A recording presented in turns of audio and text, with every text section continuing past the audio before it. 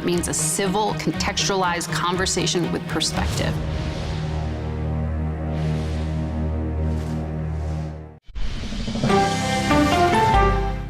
When weather turns extreme, CBS News and the Weather Channel bringing virtual weather technology so advanced, so real, you'll have time to get prepared. Feel the forecast. Streaming on CBS News.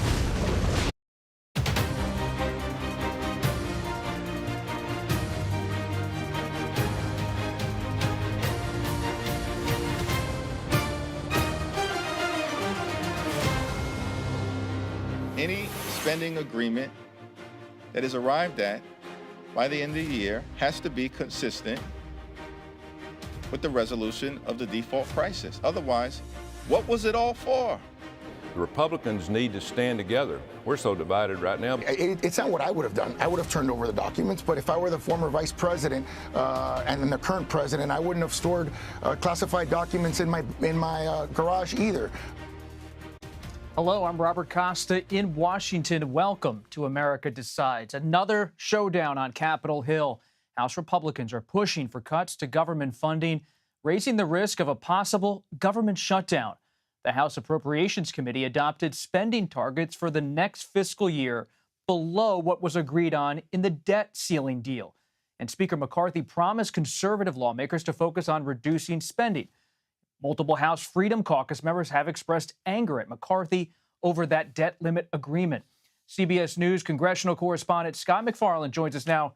Scott, for the lay of people out here who aren't following it every minute by minute like you, what the heck is going on Capitol Hill? They had a debt ceiling deal on spending. Now it's all being revised. Take us inside. Got a big fat case of buyer's remorse going on inside the Capitol. A group of House Republicans don't like the deal that was cut. And it's clear, even though they've let the train get back on the tracks, they've let the House continue functioning over the next few weeks and next few months, this train is headed to a station where the rails are broken and a derailment is possible. A government shutdown isn't just a possibility, it's an increasing likelihood because they don't like that deal cut to end the debt ceiling crisis. Let me give you a bottom line here. Some number of House Republicans who, oh, by the way, control the purse strings and control the majority in the U.S. House, want to cut spending down to a lower level.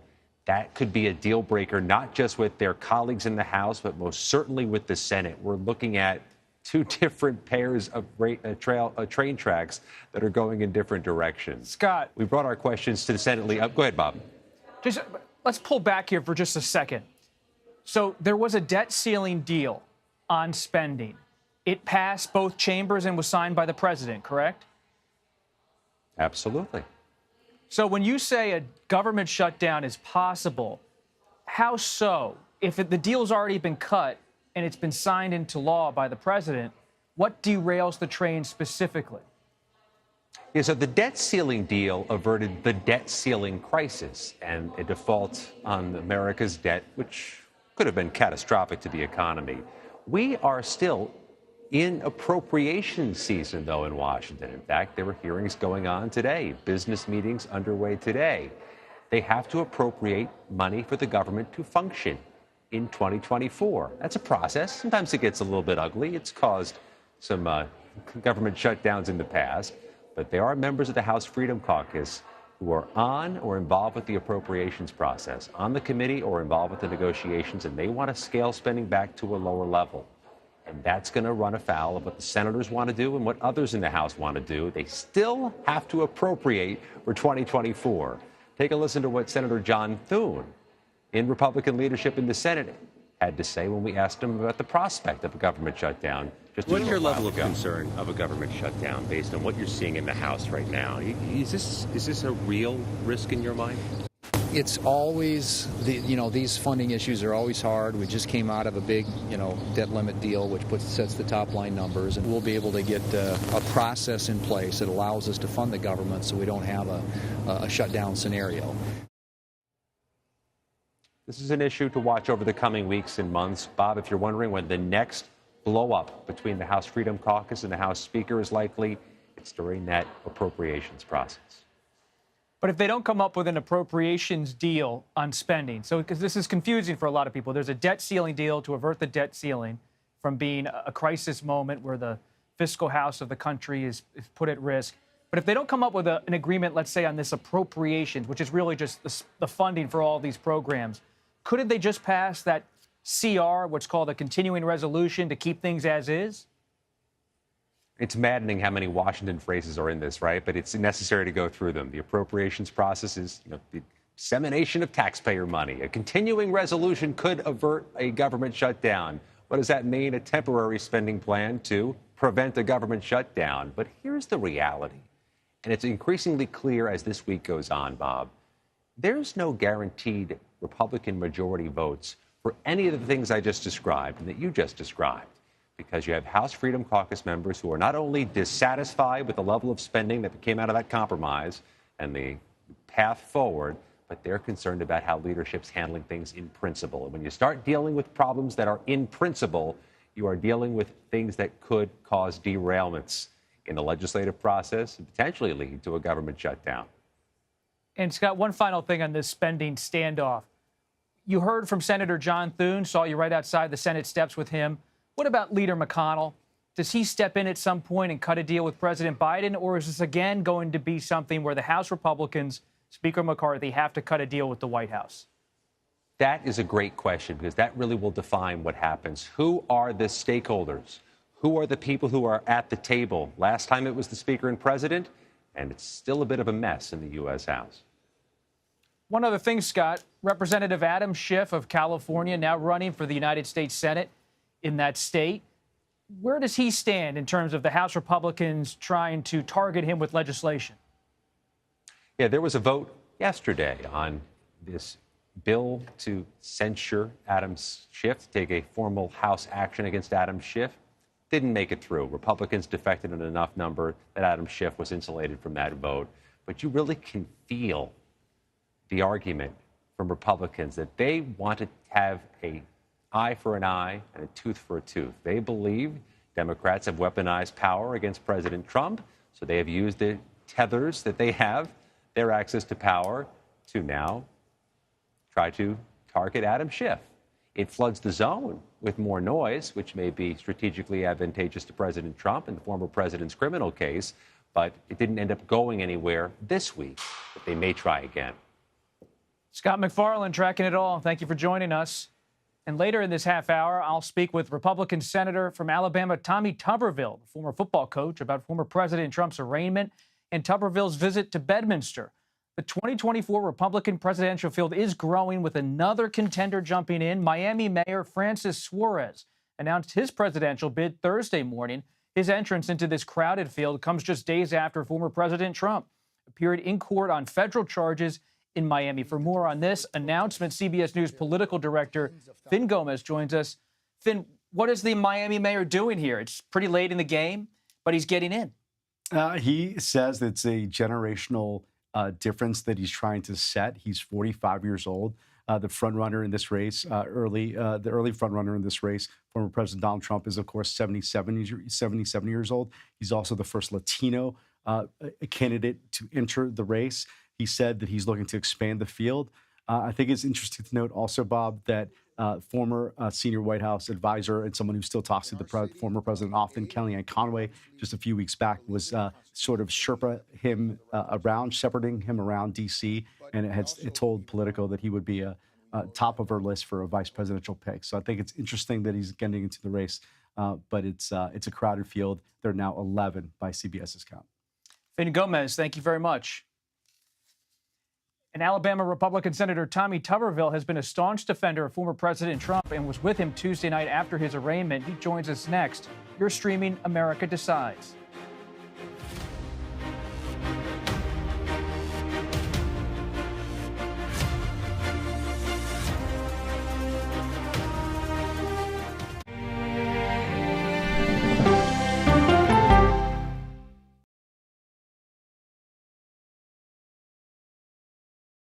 If it's important to our nation, I wonder how you think about where America is at this moment. it's on Face the Nation. Can there be stability if Vladimir Putin remains in power? Face the Nation with Margaret Brennan on CBS.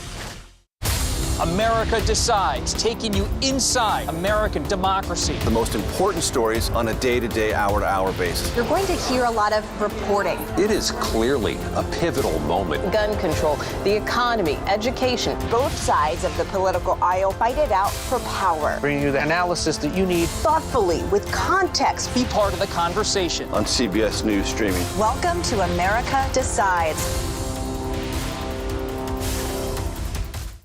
An original documentary from CBS reports. I always tell people that Twitter would not be Twitter without Black Twitter. It's just us being in fellowship with each other. And it becomes a conversation you don't want to be left out of. People really started to recognize the power of activism on Twitter. Based on that one tweet, the hashtag #OscarsSoWhite was trending around the world. If anything has really powered Black Twitter, it's been humor. If your food ain't right, oh, we're going to tell you about that too. We tend to create change, create culture and cool. That's how movements happen on Black Twitter and go beyond more than that. Black Twitter, the Twitterverse that changed a generation.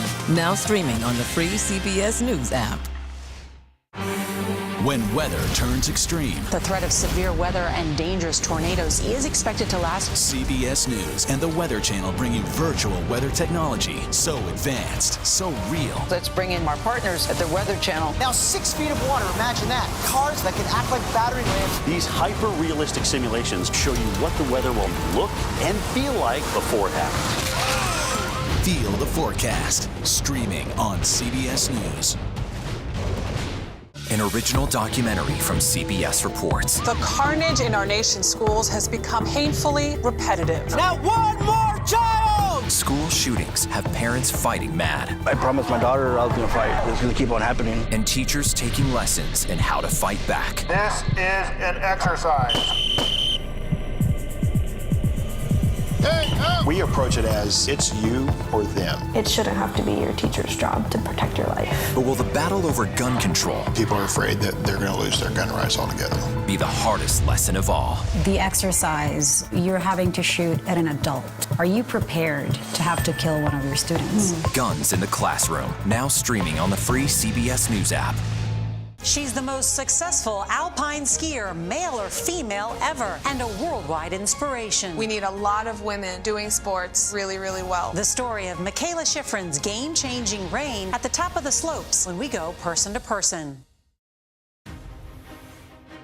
There's a growing divide among Republicans on Capitol Hill over defending former President Trump in that classified documents case. There's also a divide on whether Trump should be the GOP nominee. Senator Tommy Tuberville of Alabama now joins us. Senator, thanks for taking the time. We appreciate it. Thank you, Bob.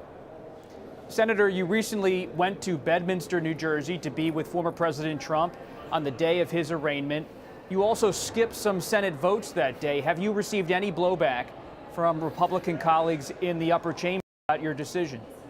No, this has been planned about a month out. This was going to be a fundraiser, but it turned out to be a day of indictment also. So we couldn't win the vote, whether I was there or not. So, it worked out pretty good, and got to visit the president, have dinner with him, and had a lot of fun. Did Leader McConnell ever tell you to stay? Nope. No, he didn't. Do you believe the Justice Department is operating independently here? Well, I hope we're not making a political Justice Department out of this. That's very concerning. But, Bob, let me tell you, I'm not a lawyer. I'm an American.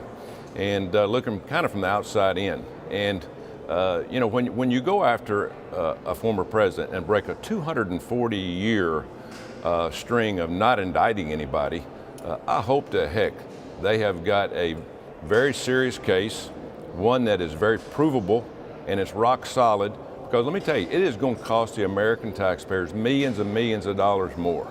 And it's kind of embarrassing to look at this situation when, I've seen presidents in my lifetime do a lot worse. But we're not talking about them. We're talking about President Trump. And I've looked at the indictment, the 50 pages, and, I hope they've got something up their sleeve, because this doesn't look very, very well for the Justice Department or our country, because we're going to go through a tough time here for the next few months. Former President Trump, your political ally, he has been fiercely criticizing the special counsel Jack Smith, calling him deranged and other names. Do you echo his remarks in any way, or would you urge him to use different kind of language when it comes to the special counsel? Well, the next time I give the president any advice will be the first time. He got elected by speaking his piece, by telling the American people who he was, what he was going to do, how he was going to do it. I don't know the special counsel, so I can't comment on that.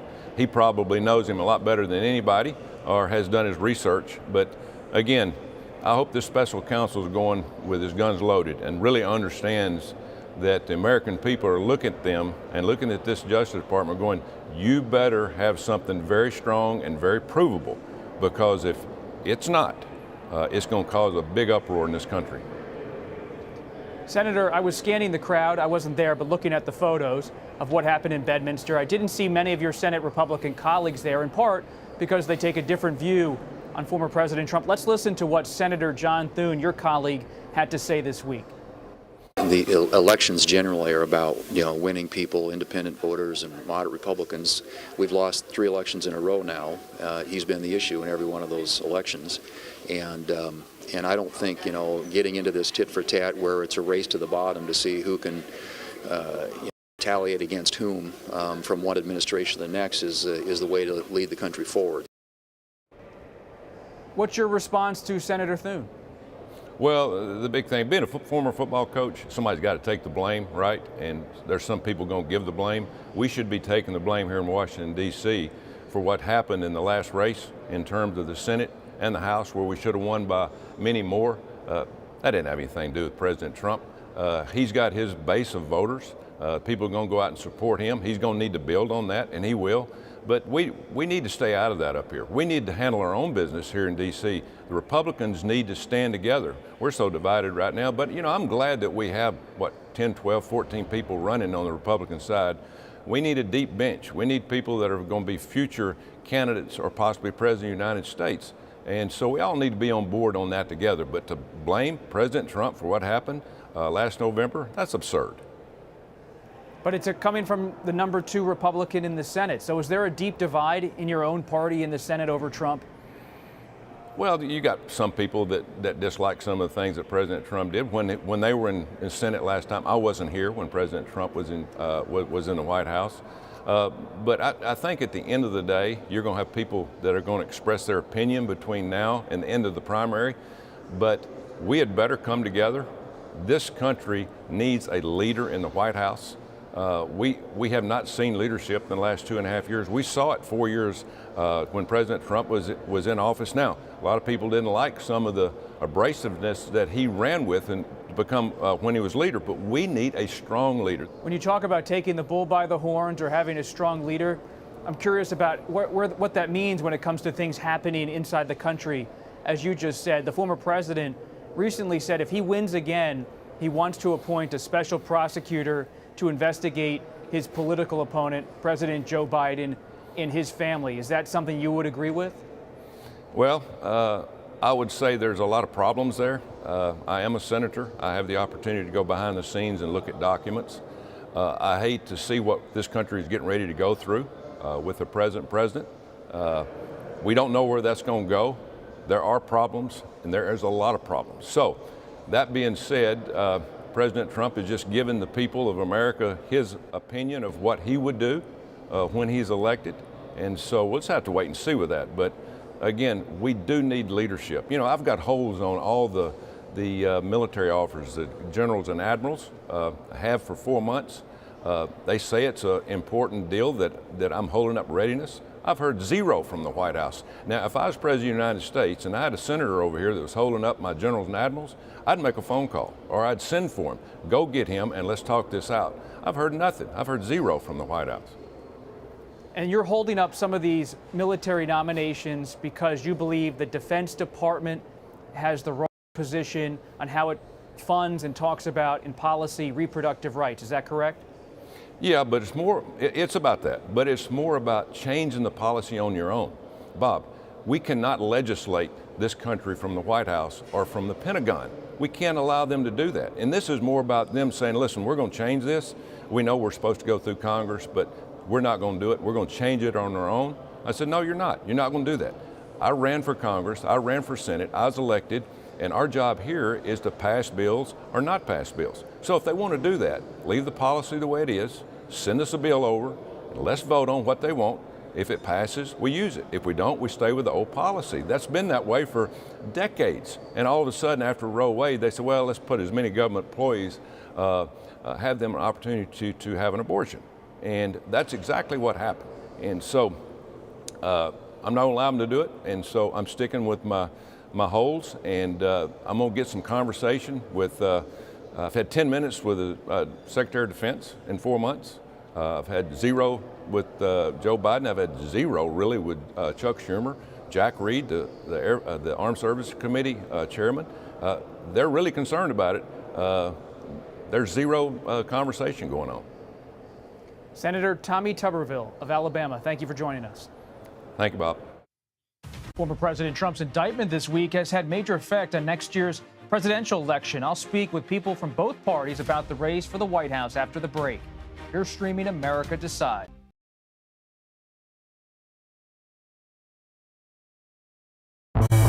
An original documentary from CBS reports. Controversial Congressman George Santos. Why won't you answer our questions? How did he manage to get elected? Thank you very much, and God bless you, and God bless the USA. George Santos' campaign was a campaign of deceit, lies, fabrication. And who is he, really? I knew him as Anthony DeVolder from Queens. Really, who he is, he's a fraud. I compare him to the Tinder swindler. From people who know him, the truth, the facts, the lies. He would say that he was worth $100 million. It's an incredibly cynical episode in American politics, beyond satire. Had you ever seen anything like this? No, and I hope I never see it again. Campaign of Deceit, now streaming on the free CBS News app. She dazzled on the court and off the court as a businesswoman. Thank you for joining us on Person to Person. Tennis superstar and entrepreneur Serena Williams.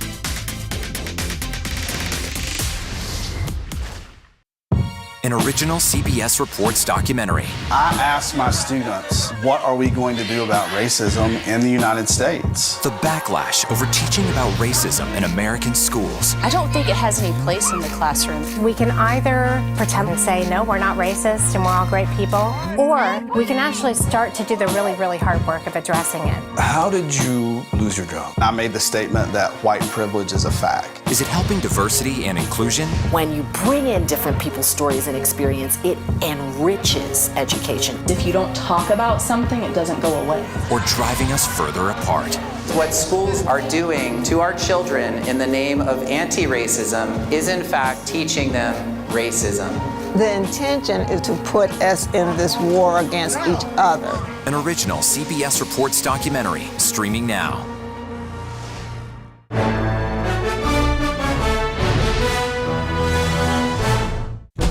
An original CBS Reports documentary. I was entitled to equal pay for equal work under the law. Does the Supreme Court's power need to be checked? 9 Supreme Court justices, 5 of them said no, she's not entitled. That's not right. Calls to fix the court tend to go along with the politics of the moment. Republican-appointed justices have all tended to go in one direction, with the Democratic-appointed justices tending to go in another. Even though it's only 9 justices, it takes 5 of them to make the law of the land. Does it have political impact? True. Political intent? Probably not true. If the American people don't trust the judgment of their court, that's a real problem for our democracy. An original CBS Reports documentary, streaming now. On our places, bright shiny faces. When you wake up in the morning, we want to be your go-to team. I don't go to work in the morning. I go for coffee with my 2 good friends, and we talk about the world. Welcome back to America Decides. Former President Trump's historic indictment and arraignment shook up the political landscape this week. Trump has been defiant since pleading not guilty to criminal charges. He's calling them political persecution, and he's even pledged to investigate President Biden if elected. I'm now joined by Ashley Etienne and Kevin Sheridan. Ashley is a CBS News political contributor and former communications director for Vice President Harris and Speaker Pelosi. Kevin is a former national spokesperson for the Republican National Committee and a Republican strategist. Ashley, we'll begin with you. Democrats, do they focus now on the Trump charges or still just mostly focus on the economy, abortion rights, and some of those issues? Well, the president will not be focusing on Trump's charges. I mean, he's made that very clear. It's not in their interest to do it, right? They're just going to let this play its course, run its course. But there are folks in the Democratic Party from leadership on down in the external apparatus that are definitely going to be making hay out of these indictments. I mean, the whole point is to remind the American public, this is what you're going to get with Donald Trump, right? I love the Wall Street Journal piece where they sort of said this is a pattern of self-destruction on the part of the president. You know, reminded me of going back to the first impeachment where we made the same simple arguments, which is violation of his oath of office, that he mishandled national security, and that he put our national security at risk, right, at the expense of the interests of the American public. So that's what the Democratic Party is going to make. That's the case they're going to make, and they're going to just make this point that, like, this is what you're going to get with Trump. You know, this is who he is. Will Republicans mostly try to sidestep the legal challenges for Trump, or do they have to take it head on as it continues to become an issue for the former president? I think you saw some of the House members, Kevin McCarthy and his House, really leaning into it and saying they're with Trump, and they're calling it a witch hunt. Then you've got the other presidential candidates kind of on one spectrum. You've got Chris Christie calling him a liar, or calling him a failure and a loser, and then on the other side, Vivek Ramaswamy saying, we all need to pardon him if we all need to take a pledge to pardon him. So the Republican Party is kind of all over the place. Nobody's really condoning what he did. I haven't heard, but there's definitely a kind of an appetite to say there's two tiers of justice here. This is not fair that Hillary got off on the same crime. Now you're coming after him. The political case is much better for Republicans than probably the legal case is for Donald Trump. Ashley, what do you make of former New Jersey Governor Chris Christie? He's punching up at Trump politically. Yeah. Do Democrats at a high level think someone else could break through, or is it all about preparing for Trump as a nominee? I mean, I think the cumulative effect of having all the candidates lean in on Trump is going to have an impact at some point, especially as more indictments start to come down, Georgia, others. But what I find most interesting about this is I'm watching really the moderates in the Republican Party and the Senate Republicans, right? Those are the ones who are saying we need to move beyond Donald Trump at this point. They're having a hard time, recruiting candidates to run. That's why they lost the Senate the last time was candidate quality. The money's going down. The moderates in the Republican Party, even on the House side, they don't want any parts of undermining DOJ, defunding DOJ and Smith's investigation. So I think it's going to be interesting to see where Republicans fall. I mean, it's really their battle. It's their battle to fight. And Democrats are going to continue to sort of run their race while reminding the American people, like, this is what you get with Donald Trump. Do you want more of it is the question. When you're talking to Republican campaigns and top Republican leaders, how are they talking about President Biden? How are they going to frame him up for 2024? If there's one issue they really want to go at a swing voter on the president, what would it be? He's too old. He's too old, and he's failed on everything that he promised to do. You really think the age issue breaks through? He did not bring the country together. He did not, by every metric, he's underwater. He's underwater on the economy, on foreign policy, you name it, immigration, crime. So there's there's a lot to go after there. Depending on who the candidate actually turns out to be, I think if it's Ron DeSantis, he's going to lean into his Florida record. He's going to lean into, gutting the DOJ and FBI and starting over.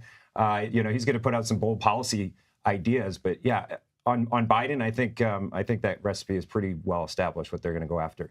He's too old, and he's been a failure. What's interesting? What are they going to say, though? So I don't mean on the age issue. Sure. You've been inside this White House. Yeah. How are they going to handle this? I mean, the way they've been handling it, which is like, don't compare me to the almighty, compare me to the alternative. And it's still looking good for the president. I was just struck by a recent CBS poll that showed that 90% of Republicans in the primary voters want the president to talk about something other than himself and other than his grievances. They want the party to get back to issues like inflation, crime. What are they going to do on real policy issues that are impacting people's lives? So I think there's going to be some groundswell pressure on the Republican Party, and then some pressure coming down from the top to squeeze out, ideally, Donald Trump and really refocus the party on policies that matter. And final thing here, we only have about a minute left. What's one thing to watch in politics this summer? Well, who the attention is on. Is the focus going to be all on Donald Trump all summer long? Because anytime that it's on the candidate, whether it's on Donald Trump or it's on Joe Biden, that's when they go down. Real quick. I think we should focus all of our attention on independent voters. Those are going to be the ones that are going to decide the race. I would spend as much time, if I'm the president or you or anyone else, engaging those folks to determine which direction they're going to head in the next election. Excellent. We're going to leave it there for America Decides. Ashley Etienne and Kevin Sheridan, we really appreciate you taking the time. That does it for today. You can stream America Decides Monday to Thursday at 5 p.m. Eastern. You're streaming CBS News.